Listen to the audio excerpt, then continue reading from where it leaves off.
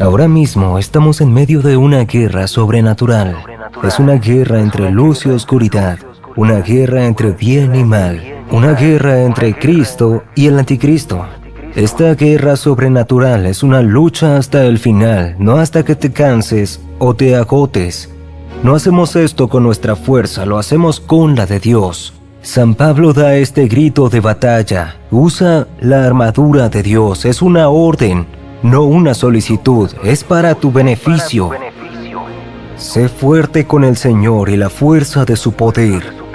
Él dice: usa la armadura completa de Dios para mantenerte firme contra los planes del diablo. Él dice: por nuestra lucha que no es contra carne y hueso, pero es contra gobernantes, contra poderes, contra fuerzas mundiales de la oscuridad, contra fuerzas espirituales de maldad en lugares celestiales. Él dice: así que es mejor dejar tus armas terrenales que no funcionan y uses unas que realmente traigan beneficios a tu vida. Él dice: usa la armadura de Dios para que puedas resistir un mal día y haz todo para mantenerte firme. Él dice, por lo tanto, mantente firme. En este pasaje, el apóstol Pablo introduce por primera vez, al menos abiertamente, el concepto de guerra espiritual.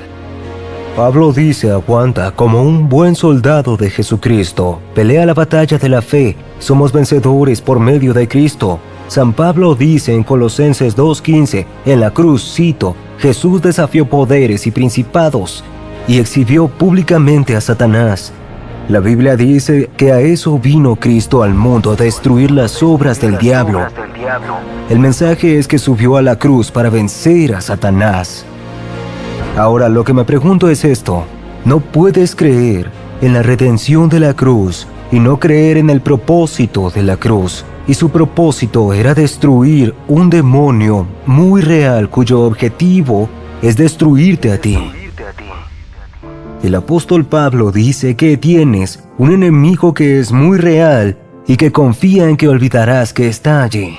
Hay una fuerza satánica en este universo que intenta engañar, dividir y destruir y está teniendo mucho éxito.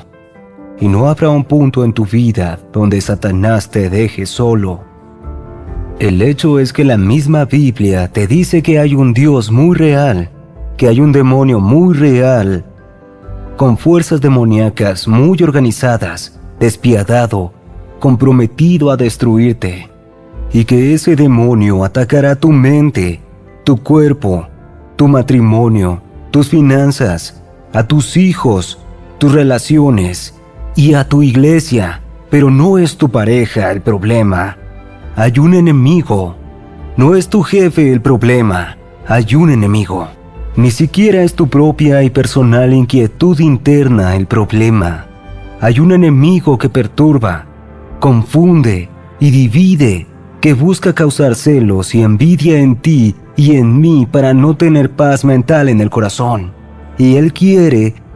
Pablo quiso que supieran la estrategia del enemigo al decir: el enemigo está conspirando contra ti. Está conspirando.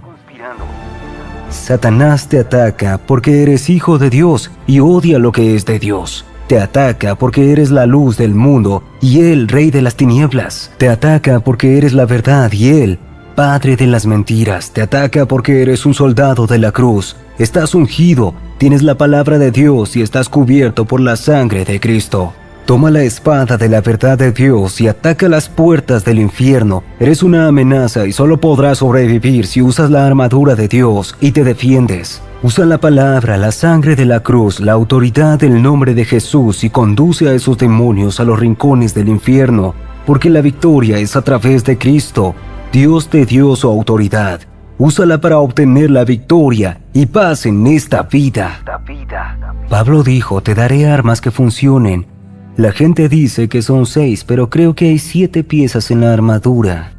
Les diré cuáles son. Él dice: mantente firme en el versículo 14, cúbrete con la verdad. Necesitas una coraza llamada justicia. También dice: necesitas algo para tus pies, cálzalos con la preparación del evangelio de la paz. Dice: necesitas un escudo llamado fe. El versículo 17 dice: necesitas un casco para proteger tu mente, un casco llamado salvación, necesita la espada del Espíritu, que es la palabra de Dios. Y aunque la mayoría se detiene allí, el apóstol Pablo no.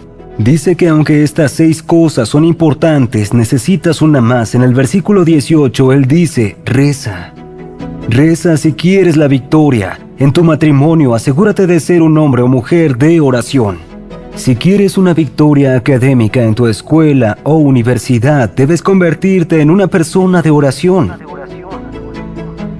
Si quieres vivir victoriosamente y en abundancia, pero no rezas, entonces no te creo. Porque la oración es vivir en abundancia con nuestro Dios.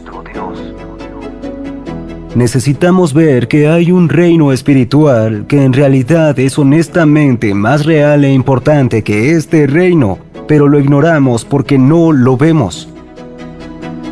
Pero está ahí, nuestra guerra. Somos soldados en el ejército de Dios y Jesús es el capitán de esos ejércitos. Nos dio su nombre, nos dio su palabra, nos dio su sangre.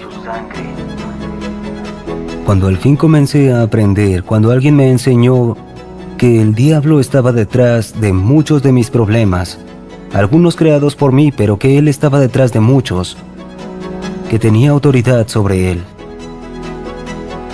Dios nos da armas y también una armadura.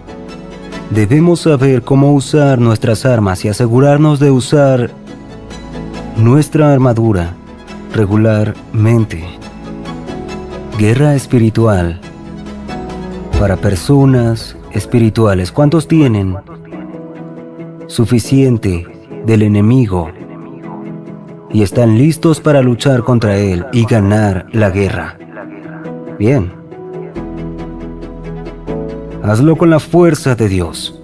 Sé fuerte con Él. Sé fuerte con el Señor. Sé fuerte. Es la lucha de Dios, no tuya. Es la victoria de Dios, no tuya. Es la gloria de Dios, no tuya. Es el reino de Dios, no tuyo. Es la fuerza de Dios, no la tuya. Ponte la armadura de Dios y lucha, lucha para ganar, porque la victoria es nuestra gracias al Señor. Jamás agotarás los recursos de Dios. Jamás agotará sus recursos, porque Él es exceso, es abundancia por encima de todo lo que creas. Podrás ver su poder y cuando lo logre no estará exhausto. Tiene mucha más fuerza lista para darte día a día. Derrotará a cualquier gigante frente a ti, creará arroyos en el desierto, creará maná que caerá del cielo. Enviará lenguas de fuego partidas como una señal, caminará sobre el mar de Galilea y te salvará de eso que crees que está por destruirte y lo usará como barrera para salvarte cuando te canses. Te hará correr como Elías 40 millas antes de cansarte. Si te sientes débil, Él te dará fuerza y enviará un poder que ni siquiera podrás comprender. No puedes agotar el poder de Dios. Nuestro Dios es asombroso.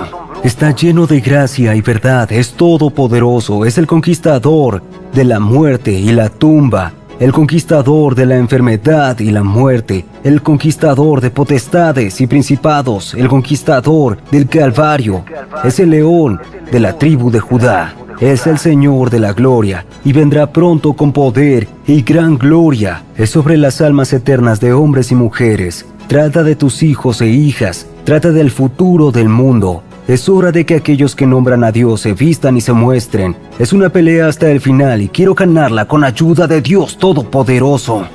Ponte la armadura de Dios, párate a mi lado y usa la palabra de la integridad del Padre.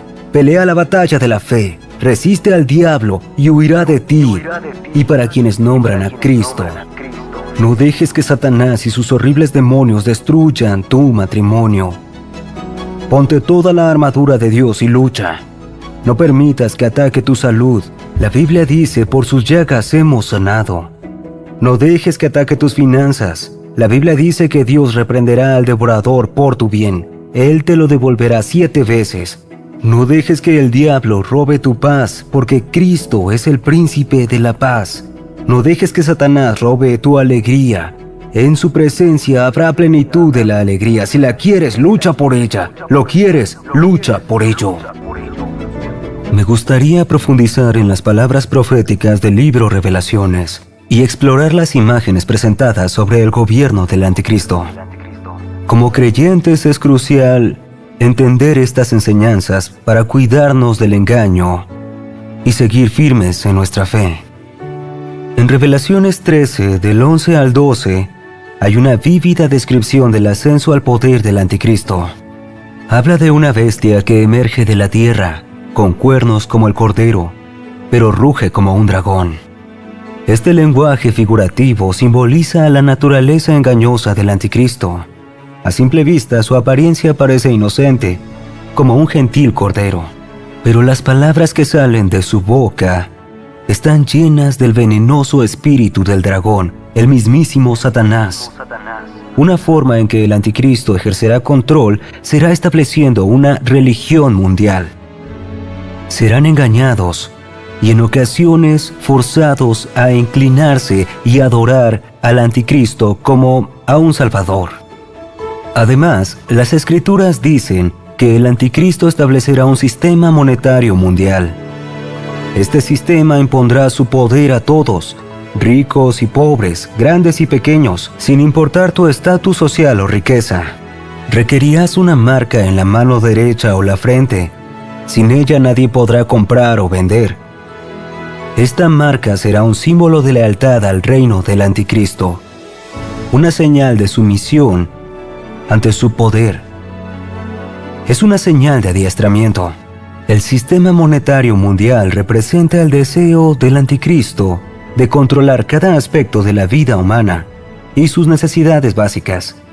Pero anímense, porque Dios nos avisa de todo esto antes. Él nos dio su palabra para dotarnos con razón y sabiduría. Su palabra nos dijo esto, para que siempre podamos vivir en la verdad que hay en la Biblia. Porque al ver la verdad y la luz en la palabra de Dios, no serás engañado por el Anticristo, ni tampoco por su espíritu, que según la Biblia se encuentra operando en este mundo de hoy. Y por eso hay que ser firmes en nuestra fe, negándonos a arriesgar nuestra devoción a Cristo, aunque enfrentemos dificultades o persecución. Necesitamos estar alertas y sobrios. Primero de Juan 4 del 3 al 4 dice: Si alguien dice ser profeta y no reconoce la verdad sobre Jesús, esa persona no es de Dios. Esa persona tiene el espíritu del Anticristo, que sabes que viene al mundo y de hecho ya está aquí. Pero tú perteneces a Dios, querido hijo. Tú ya tienes una victoria sobre ellos, porque el espíritu que vive en ti es mayor que el espíritu que vive en el mundo. El espíritu del Anticristo ya está en este mundo. Es un espíritu que miente y engaña. Es por eso que ves en estos tiempos que el mundo llama malo al bien y bien al mal. Es el espíritu del Anticristo en operación. Déjame recordarte que tenemos la verdad de nuestro lado. Aférrate a Jesús, el Cordero de Dios, que dio su vida por nuestra salvación. Si nos llenamos de su palabra y oración, seremos fuertes contra los engaños del Anticristo. Continuemos fieles hasta el fin, sabiendo que nuestra victoria final solamente está en Cristo. Si eres alguien común, cuando creces, tienes hijos, formas tu familia, empiezas a pensar en la vida. Cuán preciosa es y cuán frágil al mismo tiempo. Te pones a pensar cuánto tiempo tienes en la tierra. Y más importante, ¿dónde está tu destino eterno? Entonces capítulos como Hebreos 9, versículo 27 realmente impactan. La Biblia dice: está establecido que cuando los hombres mueran, después, el juicio. ¿Sabes qué me dice esto? Dice que un día rendiremos cuentas. Un día donde cada creyente, cada hombre y mujer deberá responder por sus acciones. Tendremos que asumir la responsabilidad de lo que hicimos y de lo que no. Responderemos por cada palabra y cada idea en la mente, incluso actos y obras. Mateo 12:36 dice: Les digo que en el día del juicio, la gente verá las descuidadas palabras que dijo. Esto es rendir cuentas. Romanos 14, versículo 12 dice: Entonces, cada uno le rendirá cuentas de sí mismo a Dios. De nuevo, dice: Le responderás a Dios. Esto es rendir cuentas. Así que las preguntas son: ¿cómo estoy viviendo? ¿Regulo mis pensamientos? ¿Tomo ese pensamiento de aquí y digo, no perteneces a mi mente, márchate? ¿Filtro mis palabras? ¿Hago una pausa y pienso si lo que estoy por decir es útil o perjudicial?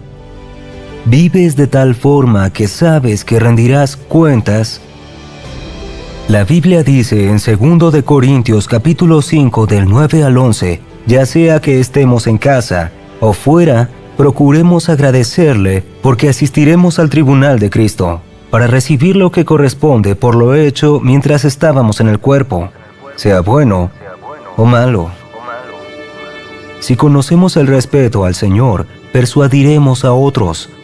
Y lo que somos, Dios lo conoce. Espero también lo conozca tu conciencia. En el tribunal de Cristo es donde serás responsable de tus actos, pensamientos y motivos. Serás responsable de tus obras. Todos debemos tomar decisiones. Y tomamos de cualquier tipo todos los días. Y estas decisiones nos afectan a todos en diferentes formas.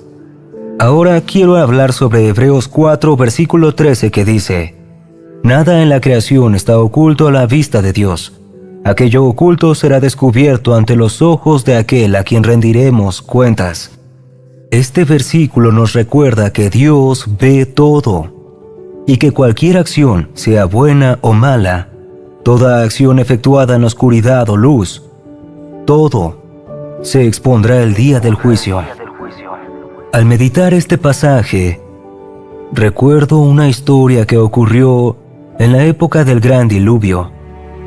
A un hombre llamado Noé, Dios le advirtió y construyó un arca para salvar a su familia y a animales del diluvio que venía.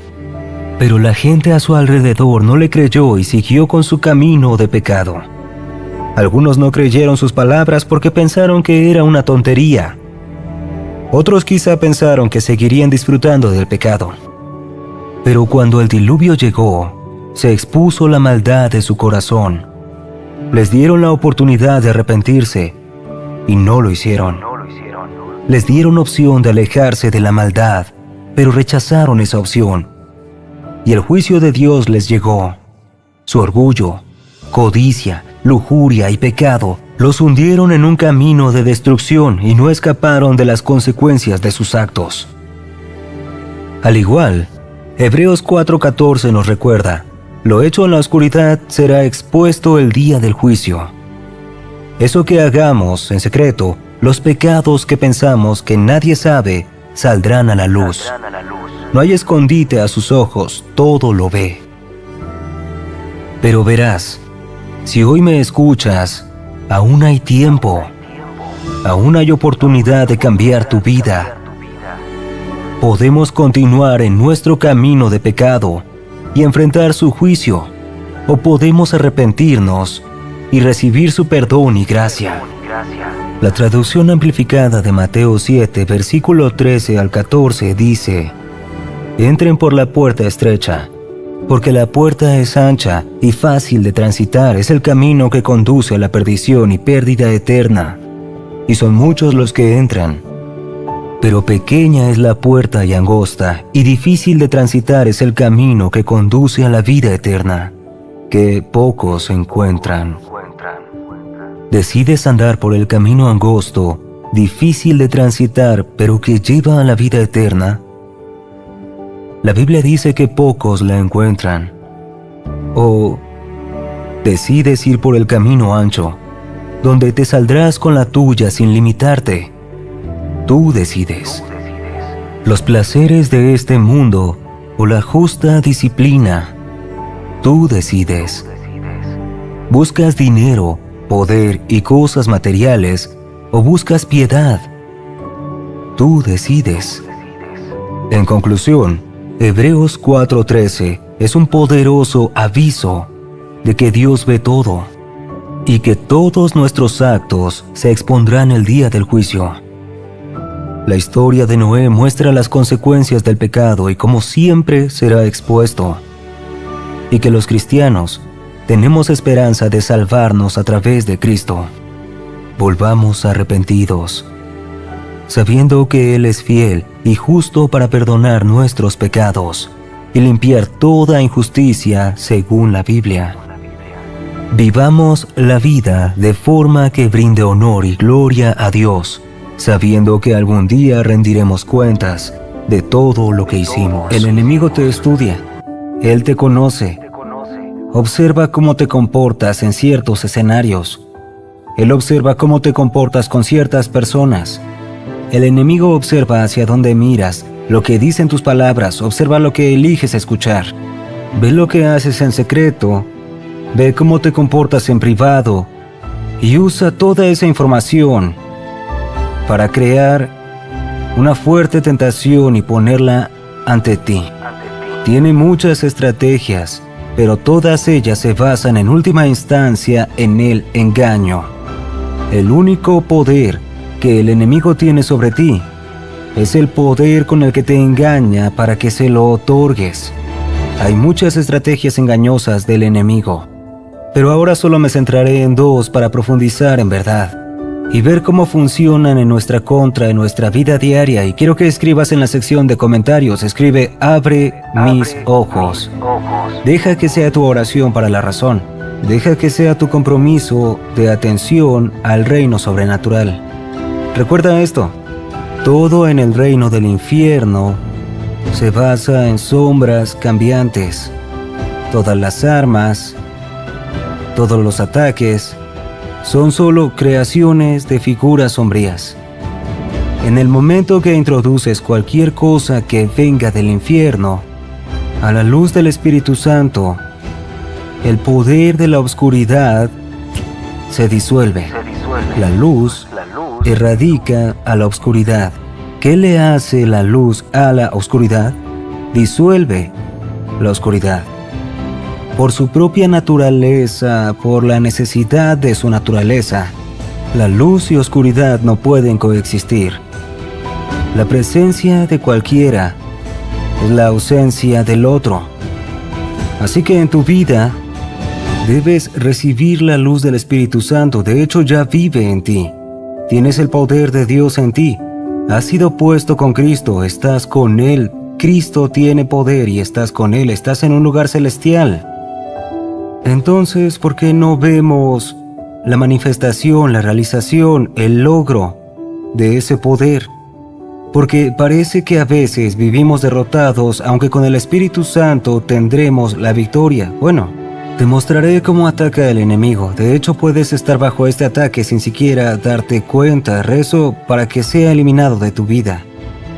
Primero hay que entender que Satanás es llamado el tentador. Primero de Tesalonicenses 3. Leeré los versículos 4 y 5. Mientras estábamos contigo, te advertimos que vendrían problemas, y lo hicieron, como bien sabes. Por eso, cuando ya no pude soportarlo más, envié a Timoteo para saber si tu fe aún era fuerte. El apóstol estaba preocupado sobre la fe de las personas. Tenía miedo que el tentador se apoderara de ti y que todo fuera inútil. Piensa en esto. El objetivo principal del enemigo es debilitar tu fe. ¿Por qué? Porque si él puede debilitar tu fe, eso impedirá que accedas y te conviertas en todo lo que Dios desea para ti. Cuando el enemigo te engaña, te convence de no usar tu poder. Creo que el Espíritu Santo se encela cuando exageramos el poder demoníaco y minimizamos el poder que Él tiene. ¿Qué nos dice la Escritura? Mayor es Él en mí y en ti, el creyente, de lo que está en el mundo. Bueno, yo tengo una gran fuerza, tú también la tienes. Es el poder del Espíritu Santo residiendo en ti. Se nos otorgó el poder del dominio y autoridad sobre las fuerzas de la oscuridad. Somos seres de luz porque reflejamos la gloria de Dios. Pero el enemigo nos engaña. No quiere que usemos la fuerza que se nos dio, sino que nos asustemos cuando nos ataca. ¿Qué hacemos? Nos da pánico no entender cómo el enemigo viene contra nosotros. Al enfrentar retos de alguna forma, lo vemos como prueba de que Dios nos abandonó. Probamos que los enemigos ganaron poder en nosotros. No, mi amigo. Tienes el poder del Espíritu Santo en ti.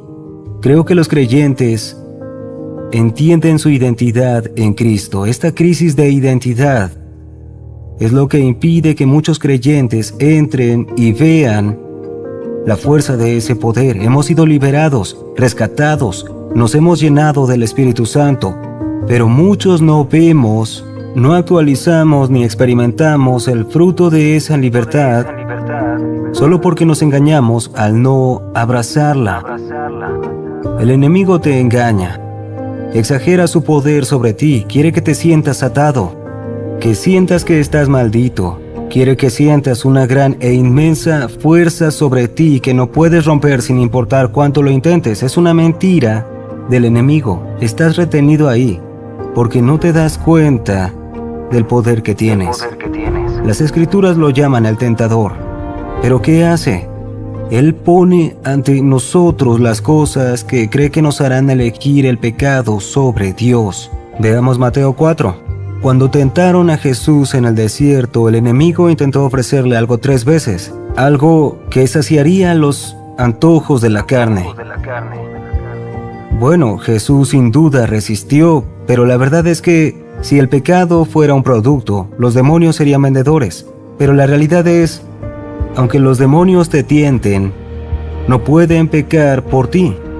Muchas veces los cristianos intentan culpar de sus decisiones pecaminosas y desobedientes a poderes demoníacos. No puedo dejar de hacerlo porque es un demonio y no puedo ser liberado de él porque no entiendo el secreto de sus poderes, y estas son las creencias por las cuales muchos creyentes se estancan. Y jamás se liberan porque no se dan cuenta de las mentiras que ya creen. Aceptan la premisa de que están en poder del enemigo. Aceptan la premisa de que el enemigo los controla de alguna forma, descuidando la realidad de que el fruto del Espíritu es de dominio propio. Así que sabemos que el Espíritu Santo tiene el control sobre nosotros, pero el enemigo nos muestra el pecado. Lo que el enemigo hace es tratar de que el pecado sea atractivo, como lo hizo en el jardín del Edén. La serpiente no comió ese fruto en nombre de Eva. Adán y Eva lo comieron, pero la serpiente habló, usó sus palabras, y que eso es engaño. Recuerda que toda tentación exitosa es en última instancia un oscuro engaño. Toda tentación exitosa es en última instancia un oscuro engaño. ¿Por qué? Porque crees la mentira de que de alguna forma ese pecado te llenará. Crees que vale la pena cambiar la preciosa comunión con Dios por lo que sea que el enemigo te esté ofreciendo. Para que el enemigo te muestre y no pueda lograr tentarte con algo, piensa en que el enemigo te estudia, te conoce. Él observa cómo te comportas en ciertos escenarios. Él observa cómo te comportas con ciertas personas. El enemigo observa hacia dónde miras, lo que dicen tus palabras, observa lo que eliges escuchar. Ve lo que haces en secreto. Ve cómo te comportas en privado y usa toda esa información para crear una fuerte tentación y ponerla ante ti. Y así el enemigo no te tentará con algo que te incite. Él va a usar algo que has llegado a desear. Usará algo que te has entrenado, escucha lo que digo, que te has entrenado para desear. Y sí, te entrenas para desear cosas. Esa es la cuestión. Cuando elegimos un vicio, una tentación una y otra vez, programamos nuestros cuerpos para anhelar eso que estamos eligiendo. Y los demonios aprovechan esos deseos, aprovechan esos puntos débiles. Es por eso que parece que justo cuando lo haces bien, justo cuando lo haces genial, cuando al fin te sientes conectado con Dios, de pronto hay una tentación que viene hacia ti, algo que se te ofrece, es la forma en que te tienta. Ahora Jaime 1:14 dice, la tentación viene de nuestros propios deseos que nos tientan y arrastran. No podemos culpar a los poderes demoníacos. La única razón por la que somos tentados, escucha esto, la única razón por la que somos tentados es porque permitimos que nuestra carne gane fuerza. Si nuestra carne no fuera fuerte, el enemigo no nos tentaría. Si la carne fuera más débil, las tentaciones serían débiles. Cuanto más fuerte se vuelva, más fuerte el impulso de la tentación se volverá. Y así, en vez de mantener la carne quieta, en lugar de vivir en el Espíritu, en vez de vivir en la oración y la palabra, y someter al pecado, lo alimentamos con lo que desea y muere el Espíritu. Matamos al Espíritu cuando no oramos. Matamos al Espíritu al descuidar la palabra. Alimentamos la carne al elegir entretenernos en vez de lo espiritual constantemente, cuando nos distraemos por las preocupaciones y las cosas del mundo. Nos olvidamos por completo de la realidad espiritual en la que existimos principalmente. No eres ciudadano de esta tierra por extraño que suene. Si eres un creyente, fuiste llevado del reino de las tinieblas y ahora estás en el reino de los cielos. Ahora así funciona. Los demonios lo entienden, buscan tentarnos, nos presentan una mentira, esta es la que usan. Te satisfacerán o nos dirán que esto no es gran cosa. No puedes decir eso abiertamente o que no lo pienses directamente, pero en algún lugar profundo, cuando cedes repetidamente al pecado en profundidad, perdiste ese sentido de urgencia hacia la santidad, porque profundamente en tu subconsciente crees la mentira de que no es mucho o que no te afecta. Mira la realidad, incluso si nunca te atrapa un pecado cometido en secreto, el hecho es que el pecado secreto te afecta a ti, a tu vida, a tu gozo, a tu paz y a la gente a tu alrededor, en formas que no ves. Incluso te roba a la persona que deberías ser. Esto me satisface, Dios no me castigará, no es gran cosa, la presencia de Dios no me satisface, son mentiras que crees o no puedo evitarlo ni hacer nada, y si puedes te irás por la tangente. Y por cierto, esta mentira se basa en esta idea de que los demonios nos controlan. No hay nada que pueda hacer, es un demonio, así que hasta tener esa oración especial, hasta encontrar esa técnica especial, hasta descubrir ese antiguo misterio, hasta desenterrar la información de algún lado, no puedo liberar mi espíritu. Así que no hay nada que pueda hacer y la creencia de que tiene control total sobre nosotros es lo que contribuye a que cedamos una y otra vez. Y entonces pasa que te sientes atrapado, como un hipócrita con doble moral, como si cambiaras de una persona a otra y no sabes cuál es tu verdadero yo. Y la acción que se manifiesta de esto es que cedes una y otra vez. Entonces, primero es la mentira. Y una y otra vez que la crees se convierte en decepción. Esto nos lleva a sentirnos atrapados, hipócritas, doble moral, malditos, culpables o sinvergüenzas y agrava el problema. Cuando te sientes maldito o culpable, ¿qué haces? Te distancias de Dios. Y al distanciarte de Él fortaleces a la carne y adivina qué, gana más poder el pecado. Y luego vives en hipocresía, pecas más y ¿qué resulta de ese pecado? Una y otra vez se vuelve frecuente, formas un hábito. ¿Y en qué se convierte? Este hábito se convierte en un ciclo donde 6 meses vas bien y 2 semanas pecas otra vez. Luego 2 semanas bien y 6 meses pecas. Simplemente va y viene a través de ciclos y al sentirte libre se repite. ¿Por qué? Porque cuando finalmente te liberas, no estás viviendo como si mantuvieras la carne quieta. Muchos creyentes no ven que al ser libres deben seguir caminando en fidelidad a Dios para poder alejarte de esa tentación. Así que lo que empieza es una vida secreta, hábitos impuros, cargo de conciencia, te distancias de Dios. Y el problema es que la gente solo trata de abordar los síntomas. Y esto me ha pasado a mí, a un predicador, o quizá a ti antes de decir, estoy lidiando con este problema en particular y no puedo superar este pecado aquí mismo. O lidio con este hábito en particular y no supero este hábito. Tengo un problema con esta actitud, mentalidad o pensamientos. Sea como sea que el pecado se manifieste, Tenemos problemas, se vuelven habituales en la vida y nos estancamos. El problema es que abordas el síntoma. Debes abordar el hábito en sí. Y si lo deseas el pecado, hazlo al mismo tiempo sin descuidar la raíz, sin dejar de abordar esa raíz. Debes abordar no solo los resultados, también la raíz. No solo el síntoma, también la fuente. No solo el caos, sino la causa del caos. Eso es la mentira que crees.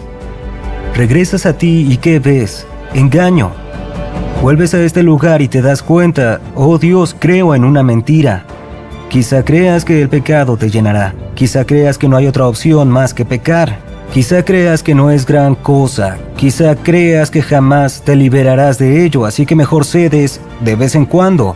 Son las mentiras que te atan. En última instancia, ceder a la tentación nace del engaño. La tentación es una forma de engaño, porque debes cuestionar la palabra antes de refutarla con tu estilo de vida.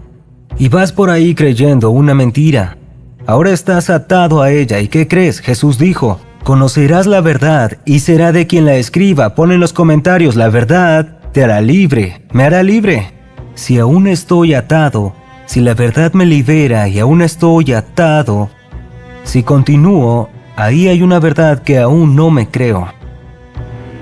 Aún así, creo solo quieren abordar el exterior, un hábito en sí, cuando deben mirar adentro y decir, ok, ¿qué mentira aún creo? Y aquí entra al juego el arrepentimiento. Dios mío, la iglesia ha entendido muy mal lo que es el arrepentimiento y lo que es la renuncia. Porque imaginamos que el arrepentimiento es alejarse de algo, y no lo es. Analiza muy bien lo que diré. Estoy totalmente de acuerdo en alejarnos del pecado, pero alejarnos del pecado es renunciar a él. Arrepentirse es cambiar la mentalidad. Es un cambio de mentalidad que resulta en renunciar a abandonar el pecado, pero muchos intentan abordar el hábito antes que a la mentalidad. ¿Cómo luce el arrepentimiento? Bueno, se parece mucho a esto. Señor, sé que esto está mal. Sé que está mal en todas sus formas y también en toda medida. Así que no me permitiré a mí ni a mi carne un poco de alivio allí. Y estoy de acuerdo en que debe desaparecer y hasta que puedas lograr reconocer esto me está destruyendo, lo veas o no, de cualquier manera solo contradice a Dios.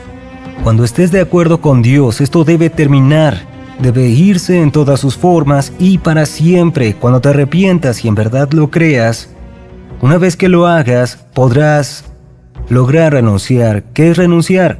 No, amigo, renunciar no es hacer una lista y empezar a decir, renuncio a esto, a eso y a aquello. Claro que puedes, no hay nada de malo en eso. Pero eso no es renunciar. Renunciar es abandonar. Renunciar es alejarse. Pero muchos intentan alejarse del pecado antes de cambiar de opinión y quedan atrapados en una batalla consigo mismos. Por eso debes eliminar todo engaño con ayuda del Espíritu Santo. Identifica esa mentira de raíz. ¿Qué pienso sobre el pecado? ¿Qué me da a mí el permiso para ceder? ¿Qué es lo que creo que el pecado le da a mi carne el permiso para ceder? Y cuando identifiques esa mentira, ahora podrás abandonarla. Así que la tentación es uno de los ataques de hoy. Mira esto, escúchalo, así es. Corintios 10:13 deja claro que Dios da una salida. Es la inscripción, no hay tentación en tu contra a la que Dios no prevea una salida, así no hay excusa. Lo diré otra vez. Estamos sin excusa, escucha atentamente, te lo diré.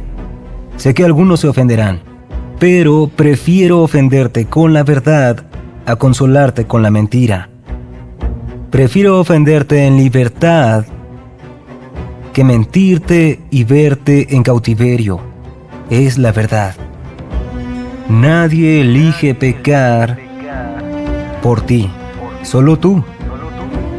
No, el Espíritu no peca por ti.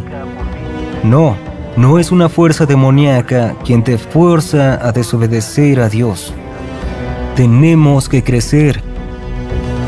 Y si no dejas esa mentalidad, jamás serás libre. Escucha otra vez, si no dejas esa mentalidad, no serás libre. ¿Por qué? porque siempre culparás a los demonios por tu indisciplinada carne. Ahora sé que no es popular decirlo, pero te amo. Quiero verte libre. Y se rompe mi corazón al recibir un mensaje de alguien que dice: estoy lidiando con esta adicción, lidio con esta lucha por años y no puedo acabarla. Y rompe mi corazón ver que les mintieron una y otra vez. Amigo, sí hay gracia y misericordia. Este no es un mensaje de condena, porque hay esperanza y significa que el Espíritu Santo vive en ti. Y Él te ha otorgado autocontrol. Una vez que te des cuenta, soy responsable de las decisiones que tomo, entonces comenzará el arrepentimiento y estarás de acuerdo con Dios sobre el pecado. Está mal, debe irse y desaparecer en toda medida todo el tiempo. Dios ha provisto una salida. Dios colocó una salida en cada tentación. Padre, rezo en nombre de Jesús. Él hará que tu gente encuentre tu presencia. Dame flujo de poder ahora. Reprendo todo ataque demoníaco en nombre de Jesús. Reprendo cada ataque ahora. Dilo en voz alta, di: reprendo en voz alta con autoridad. Di: reprendo todo ataque demoníaco en nombre de Jesús. Ahora di: Espíritu Santo, en voz alta: Espíritu Santo, ayúdame a caminar con verdad, para caminar con libertad. Espíritu Santo, fluye tu poder. Siéntelo cerca. Vamos, extiende tus manos y pídele que toque tu vida. Muchos sentirán como un gran peso en la habitación, otros que la electricidad los recorre. Algunos sentirán calor o quizás olas. Lo que sientan, entiendan que el poder de Dios fluye en ustedes. Incluso si aún no sienten nada, no importa, solo recibirás fe. Gracias, Jesús. Te honramos y bendecimos. Dilo porque lo crees, escríbelo en los comentarios y di amén. Antes de quitar este video o ver algo más, un momento, escúchame, para que puedas ser parte de lo que Dios nos está brindando. Muchos creemos que es hora de que el mundo vea el poder del Espíritu Santo. El Evangelio de Jesucristo debe ser predicado especialmente ahora en esta generación. Hay tanta oscuridad en nuestro mundo. Llevemos la luz. Si llevamos a todas partes esa luz, vidas se transforman. Se salvarán para abrazar su libertad y en verdad ser libres. Apoya este gran trabajo de difundir paz y tranquilidad a través del Espíritu Santo. Y como ya lo hemos mencionado antes, si tienes la posibilidad, ayuda a quien más lo necesite, porque lo único que Dios quiere es que su pueblo esté bien. El cuento de los demonios pidiéndole a Jesús entrar a una piara de cerdos está en el Nuevo Testamento de la Biblia, justo en el Evangelio de Mateo 8, versículo 28 al 34. Marcos 5, versículo 1 al 20 y Lucas 8, versículo 26 al 39. En estos pasajes, Jesús encuentra a un hombre u hombres en el cuento de Mateo poseídos por una legión de demonios, y luego de que Jesús les ordenara salir, le ruegan que los deje entrar a una piara de cerdos cercana. Mateo 8, versículo 28 al 34. Y cuando llegó a la otra parte, a la tierra de los Gergesenos, se encontró con 2 endemoniados que salían de los sepulcros, muy temerosos de que ningún hombre pasara por aquel camino. Y después clamaron diciendo: ¿Qué tenemos que ver contigo, Jesús, Hijo de Dios? ¿Viniste aquí para atormentarnos antes de tiempo? Él estaba muy lejos de ellos y oyó a muchos cerdos comiendo. Los demonios le rogaron, diciendo: si nos expulsas, déjanos ir a la piara de los cerdos. Y él les dijo: vayan. Y cuando salieron, entraron a la piara de los cerdos. Y después, todos los cerdos corrieron violentamente hacia un lugar empinado al mar, y perecieron en el agua. Y los que se salvaron huyeron y fueron a la ciudad a contar todo lo que les había pasado a los endemoniados. Y enseguida toda la ciudad fue con Jesús, y cuando lo vieron, le rogaron que se fuera de sus costas. Hay varias interpretaciones teológicas y especulaciones del por qué los demonios le rogaron ir con los cerdos. Y hoy veremos varias de ellas. Teoría 1. Querían evitar el abismo. Primero, veamos el escenario. Jesús, en su función terrenal, encuentra a un hombre agobiado por muchos demonios. Y al reconocer la autoridad divina de Cristo, los demonios temblaron, rogando no ser enviados al abismo. Esto nos lleva a la primera reflexión. El abismo. El abismo, en términos bíblicos, se dice que es un lugar de confinamiento, tormento y destrucción definitiva para entidades demoníacas. Y cuando le rogaron a Jesús que no los enviara ahí, se pudo ver su miedo a este terrible lugar y el reconocimiento de la total autoridad de Jesús para condenarlos a ese destino. El abismo es un reino de profunda oscuridad y desesperación, un lugar muy temido por seres demoníacos. Por lo que sabemos de las Escrituras, el abismo sirve como prisión, un lugar de encierro para malos espíritus que ilustra el destino final de todos los seres malignos. En Revelaciones, en 3 capítulos distintos, vemos al abismo, también como el pozo sin fondo, como el hogar de malos espíritus o la prisión para espíritus malignos. Confrontados por la autoridad divina de Cristo, los demonios rogaron no ser enviados al abismo, revelando su miedo y aversión a este lugar. La acción es reveladora. Resalta la severa naturaleza del abismo como un lugar de tormento y soledad, y la autoridad de Jesucristo. Nos muestra que incluso entre las fuerzas del mal hay una profunda conciencia del poder supremo y dominio que tiene. Es un poderoso testimonio de la autoridad indiscutible de Jesús. Aún frente a las entidades más oscuras, la Biblia dice, Filipenses 2, versículos 9 al 11, por lo cual Dios también lo alabó demasiado y le dio un nombre sobre cualquier otro, para que en el nombre de Jesús todos se arrodillen, los que están en el cielo, en la tierra y debajo de ella, y que todos confiesen que Jesucristo es el Señor, de la gloria de Dios Padre. Vivimos en un mundo que intenta negar y desatender el gobierno, el señorío y el reino del Señor Jesucristo. Y la Biblia dice claramente que todos se arrodillarán y que confesarán que Jesús es el Señor. De cualquier forma te inclinarás ante Él. Te inclinarás en esta vida o lo harás en el reino de la eternidad. Los demonios le temen. Ellos lo conocen. La verdad es que los demonios entienden quién es el Señor Jesucristo. Nosotros los humanos no.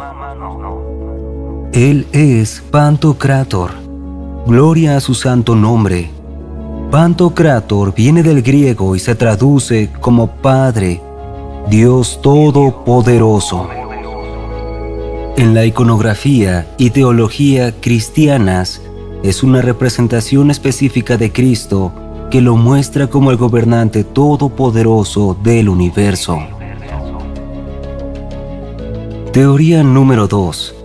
Es plausible sugerir que estos demonios no querían irse de una región donde habían sido exitosas sus actividades malévolas, causando estragos entre la población. Sus actos destructivos habían causado mucho revuelo. Era un lugar donde dominaban y también influían, y dejarlo significaría perder su total control sobre la gente. Pero sus súplicas para ir con los cerdos sugieren algo más que solo mantener su influencia local. Revela una verdad más profunda sobre tales entidades. Un enfoque teológico predominante postula que los demonios, como seres espirituales, anhelan una forma física para influenciar físicamente en el mundo material. La presencia física permite a estas entidades interactuar con el mundo más directa y tangiblemente para poder manipular, engañar y dañar de forma más efectiva al estar en el reino físico. Al pedir vivir con los cerdos, los demonios solo intentaban continuar su existencia en el reino físico, seguramente para ampliar su capacidad de causar daño y caos. En mayor contexto, este evento marca el continuo conflicto espiritual entre el bien y el mal presente en nuestro mundo. Las tácticas usadas por las fuerzas del mal, miedo, engaño y destrucción, contrastan demasiado con el mensaje de amor, verdad y curación encarnado en la vida y enseñanzas de Jesús. Al cumplir la petición del demonio, Jesús no aceptó sus acciones, sino que demostró su máxima autoridad y control sobre los reinos espiritual y físico. Es la verdad sobre la autoridad suprema de nuestro Señor Jesucristo, su dominio sobre la creación, su poder sobre la vida y muerte, y su indiscutible gobierno sobre el reino espiritual. Está en el Evangelio en Mateo 8, versículo 23 al 27, Marcos 4, del 35 al 41, y Lucas 8, versículo 22 al 25, que Jesús calma la brava tormenta con su palabra. Cuando los temerosos discípulos creían estar a merced de la tempestad, Jesús se levantó y le ordenó que se calmara. E inmediatamente hubo una gran calma.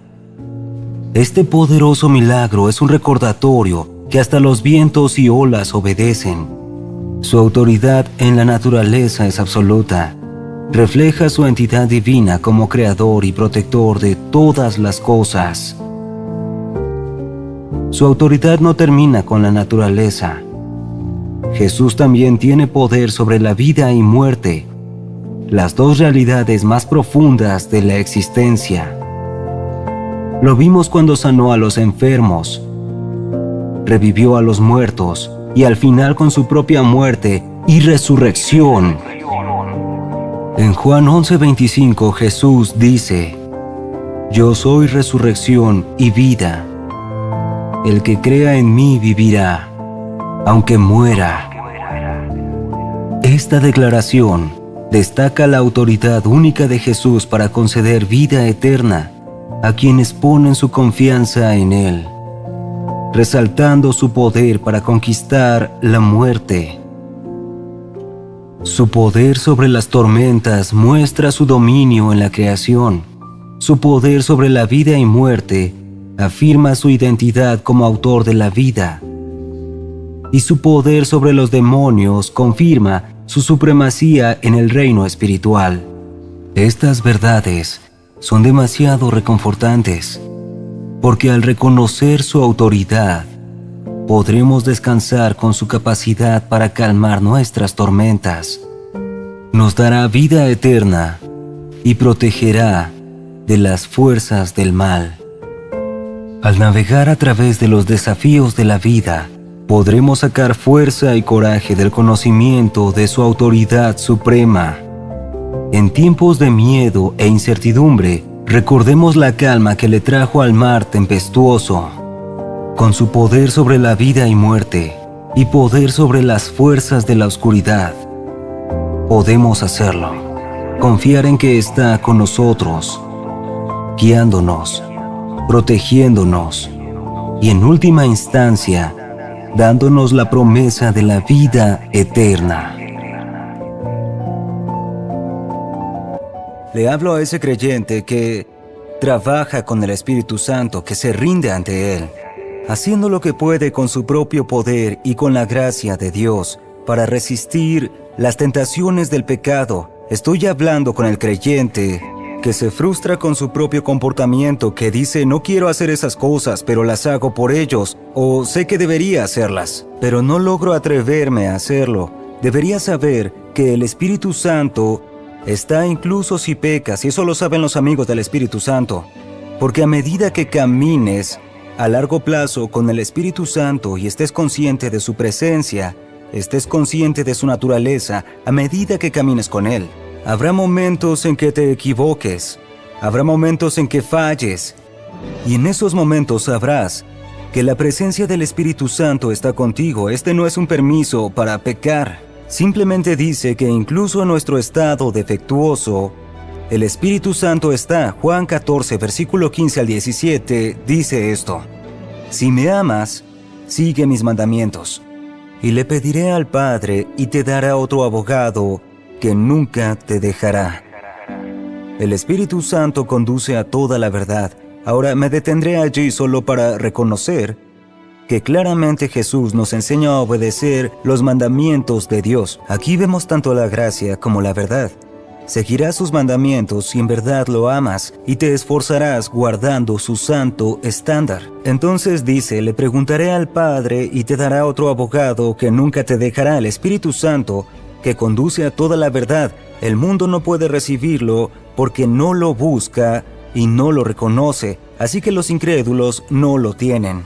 Entendemos que el Espíritu Santo es omnipresente, que está en todas partes siempre, pero la Escritura lo deja muy claro, que hay una presencia del Espíritu Santo en el creyente, que es diferente a la omnipresencia del Espíritu Santo. Esta es una mayor influencia de Él. Así marca Dios a su pueblo. Pero tú lo conoces, porque Él vive contigo ahora y más tarde estará en ti. El Espíritu Santo jamás dejará a un verdadero creyente. Algunos preguntarán, si te vuelves un verdadero creyente, ¿puedes dejar de serlo entonces? Menudo lo debatimos, pero no hablaré de eso. Lo que digo es que el Espíritu Santo no deja a un verdadero creyente. Si eres un verdadero creyente, el Espíritu Santo se queda contigo. De hecho, lo necesitamos para la santificación. Necesitamos que el Espíritu Santo se quede para ayudarnos a hacerlo bien. Pedro 1:2 dice, elegidos según la presencia de Dios Padre, en santificación del Espíritu, para obedecer y ser rociados con la sangre de Jesucristo, gracia y paz les sean multiplicadas. Así que la santificación del Espíritu es para la obediencia. Es obra del Espíritu Santo en tu vida que te capacita para seguir. Podemos orar, inclina mi corazón a tus estatutos, inclínalo también a tu palabra. Señor, dame la disposición de seguir, de doblar mi voluntad. Eso hace el Espíritu Santo cuando nos entregamos a ese proceso de santificación y nos entregamos a la obra del Espíritu Santo. Él hará cosas en nosotros que harán que nuestra naturaleza se transforme. Tesalonicenses 2:13 dice, pero nosotros debemos dar siempre gracias a Dios. Amados hermanos por el Señor, porque Dios nos escogió desde el principio para salvarnos mediante la santificación del Espíritu y la fe en la verdad. Entonces creemos que el Espíritu Santo santifica. Romanos 8:13. Si vives conforme a la carne, morirás. La Escritura es muy clara allí. Pero si vives por el Espíritu, haces que mueran las obras de la carne, tú vivirás. Aquí la Escritura nos dice que para suprimir la naturaleza pecaminosa, para suprimir el efecto que el pecado tiene en el cuerpo físico, debemos hacerlo a través del poder del Espíritu Santo.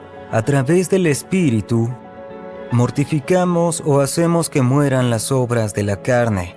Entonces, ¿cómo es que el Espíritu Santo está donde hay pecado?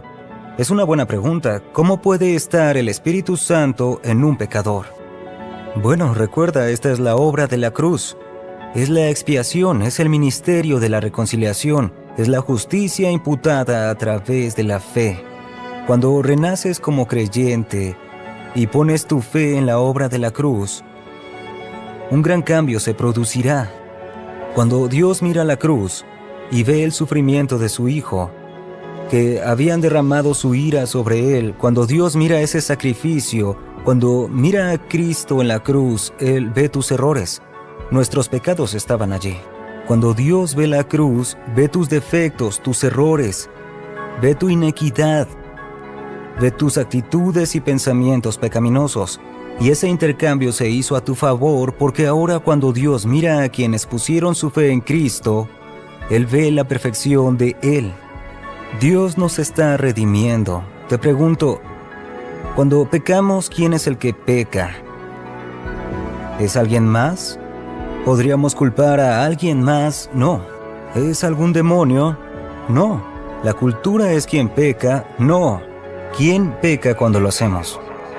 La Biblia lo deja claro, que cuando somos llevados por nuestros deseos pecaminosos es cuando caemos en tentación. Cuando pecamos, nosotros lo hacemos. Nuestra naturaleza pecaminosa le permite tener influencia. Ahora, ¿quién está siendo redimido? Eres tú. Dios te está redimiendo. Hay algo redimible en nosotros porque Cristo estuvo en la cruz. Así es como el Espíritu Santo vive en ti. Aunque aún cometas errores, es porque la justicia es imputada. Es por la expiación. Piensa en esto. Si este Espíritu no viviera con nosotros solo por cometer errores, significaría que al cometerlos, incluso un pequeño error, si se puede llamar pequeño en comparación a la santidad de Dios, cualquier pensamiento, cualquier acción, cualquier error de juicio haría que el Espíritu Santo nos abandone. Significaría que el Espíritu Santo viene y va, viene y va, viene y va. Bueno, eso no es lo que hace. El Espíritu Santo no abandona si hay errores. Claro que sabemos que el pecado tiene consecuencias. Sí, el pecado es muy destructivo en la propia vida. Y sí, aún hay consecuencias eternas del pecado, como la pérdida del don de la vida del creyente. Pero ¿qué sentido hay en que Dios te quite tu única oportunidad de ser bendito como castigo, por no ser santo? Bueno, piénsalo. El Espíritu Santo en ti te permite resistir la naturaleza del pecado. Así que si cometes un error y Dios te quita el Espíritu Santo, ¿qué oportunidad tienes? ¿Cómo te ayudará a resistir si te abandona? Así que el hecho de que el Espíritu Santo esté contigo es prueba de su misericordia y compasión. Y por lo tanto, cuando el Espíritu Santo está, Él obra con nosotros contra todo pecado. Gálatas 5:16. Dejen que el Espíritu Santo guíe sus vidas. Así no harás lo que tu naturaleza pecaminosa quiere. Mira el 17. La naturaleza del pecado quiere hacer el mal, justo lo contrario de lo que quiere el Espíritu. Y el Espíritu nos da deseos que son contrarios de lo que esta naturaleza quiere. Estas dos fuerzas constantemente luchan entre sí para que seas libre de llevar a cabo tus buenas intenciones. El pecado no cabe en la vida del creyente. Hay consecuencias del pecado, es destructivo e incluso perderás la recompensa eterna si continúas en él, de este lado de la eternidad. Pero el Espíritu Santo no te abandonará por cometer un error. La otra cara de la moneda. El Espíritu Santo es misericordioso, es más fiel que los pecadores, es más paciente que los testarudos, está con nosotros fielmente. Lo saben los amigos del Espíritu Santo. Cuando has caminado con Él de cerca, cuando lo conoces a Él y su palabra, comprendes que hay una cierta seguridad en andar con Él para no excusar nuestros pecados, para no permitirnos continuar en pecado, pero permanece para poder quedarse contigo y ayudarte a hacerlo bien. Se queda y te dice, corrijamos esto o te condenará, quiero decir. Un salmista escribió, tu mano pesó demasiado en mí. Eso es lo que hace este espíritu cuando no vives como deberías. La presencia de él en la vida de un creyente comprometido provocará cambios muy fuertes de convicción o te hará muy miserable. No podrás dormir. No te dejará disfrutar nada hasta entender bien ese pecado, y esa es su misericordia. Él te ama tanto como para dejarte solo con ese compromiso y pecado. Así que te puedes equivocar, no deberías, pero puedes, y el Espíritu Santo aún cumplirá. No debemos, luchemos por la santidad. Pero esto no significa que nos abandonará. Sus amigos saben esto de él y no se aprovechan de eso. Esta es la marca de un creyente real. Un verdadero creyente mirará la piedad de Dios y dirá: eso me inspira a hacerlo mejor, me inspira a vivir en santidad, me inspira a hacerlo bien. Alguien no creyente diría: ahora soy libre para pecar. Eso es prueba de que el Espíritu Santo no obra en él, porque la Biblia dice claramente que el Espíritu Santo nos da deseos que son lo contrario a nuestros deseos pecaminosos.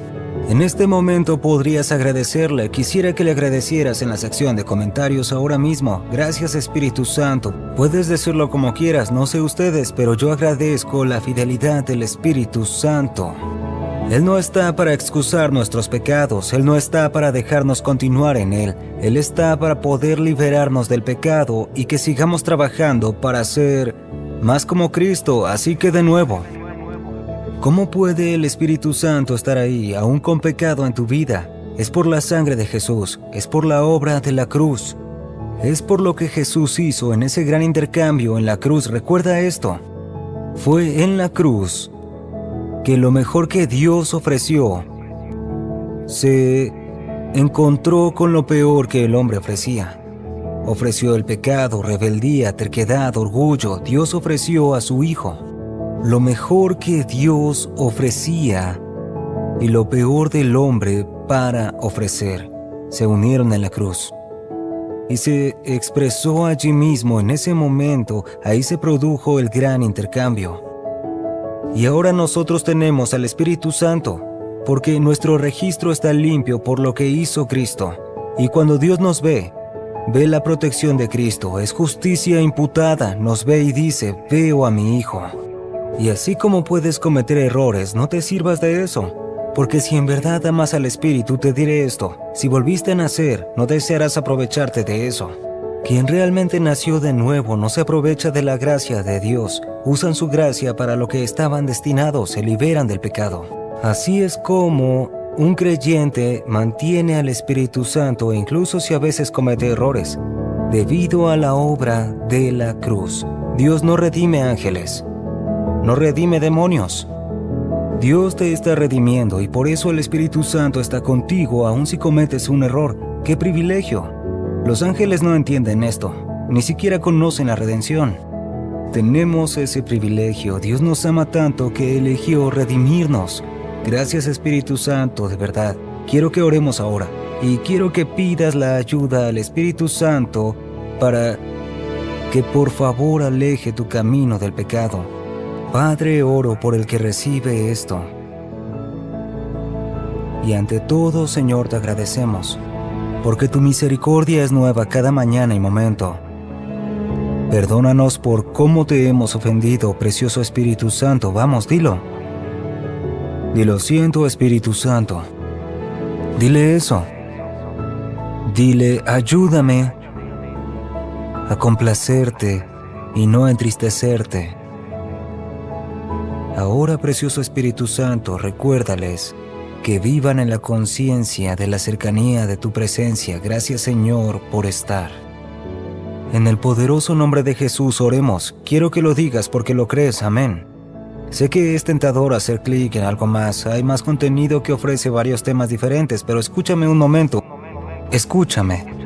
Quiero pedirte, hermano, hermana, necesito tu ayuda. Mira, en el cuerpo de Cristo nos necesitamos.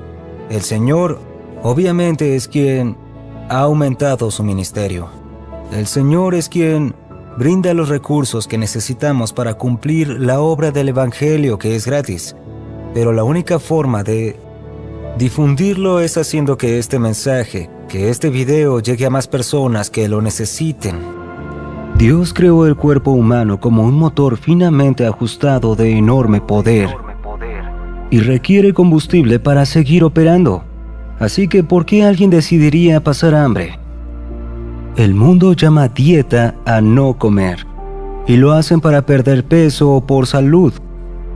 Pero algunos no comen por razones espirituales. A esto la Biblia lo llama ayuno. El ayuno se hace por un tiempo determinado para lograr una meta espiritual. Jesús dijo a sus discípulos cuando ayunen, Mateo 6, 16, 18, cuando ayunen, no luzcan sombríos como los hipócritas, que encubren sus rostros para mostrar que están ayunando. En verdad les digo que ya recibieron su recompensa completa. 17. Cuando ayunes, pon aceite en tu cabeza y lava tu cara. 18. Que no sea obvio para otros que estás ayunando, solamente para el Padre, que no es visible. Y el Padre, quien ve lo que haces en secreto, te recompensará. Cuando no comes, que es disfrutable y necesario, atraes la atención de Dios. Incluso entonces Jesús advirtió de no alardear de nuestro ayuno. Jesús le advirtió a sus discípulos no ayunen por aclamación pública. Cuando Él dice, al ayunar, indica que considera el ayuno como una disciplina espiritual legítima. Ayunar es abstenerse un tiempo de antojos corporales, en general comida por necesidades espirituales. En vez de comer, dedícate a orar en secreto, buscando la intervención divina. Si nunca has ayunado antes, el pensamiento de no comer por cierto tiempo será aterrador. Algunos tienen preocupaciones como seré firme. No quieren embarcarse en un viaje que no podrán terminar. A otros les preocupa cómo los verán sus amigos si ayunan. La respuesta es simple. No ayunas para impresionarlos, y normalmente no lo dirás. Como mencioné, Jesús dijo, cuando ayunes, unge tu cabeza y lava tu cara, para que no vean que estás ayunando. Solo tu Padre, que está en secreto y te mira en secreto, te recompensará bien. Mateo 6, 17 al 18. Jesús nos recuerda que no alardemos de nuestra dedicación religiosa a Dios.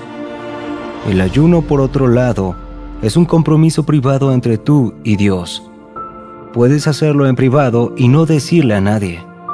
Otras veces quizá lo harás en un ayuno público, por ejemplo en tu iglesia o con alguien más. El ayuno es una disciplina bíblica que puede ayudar a mejorar tu aptitud espiritual y ser un guerrero de Dios. Algunos creen que los cristianos no necesitan disciplina. Sin embargo, nuestra fuerza viene de ejercicios espirituales. Recordemos que somos soldados de Cristo. Un buen soldado está bien instruido en varias disciplinas. El ayuno es una de muchas disciplinas de los cristianos. Ayunar, al igual que escalar, es espiritual y físicamente demandante.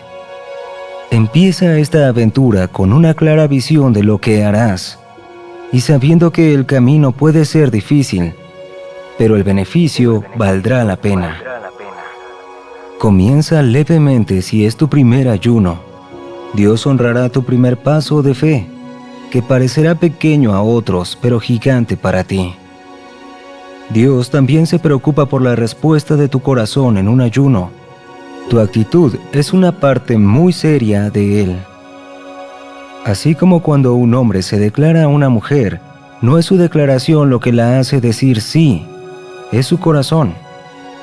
Cuando empieces a ayunar, no te preocupes por la duración de tu ayuno.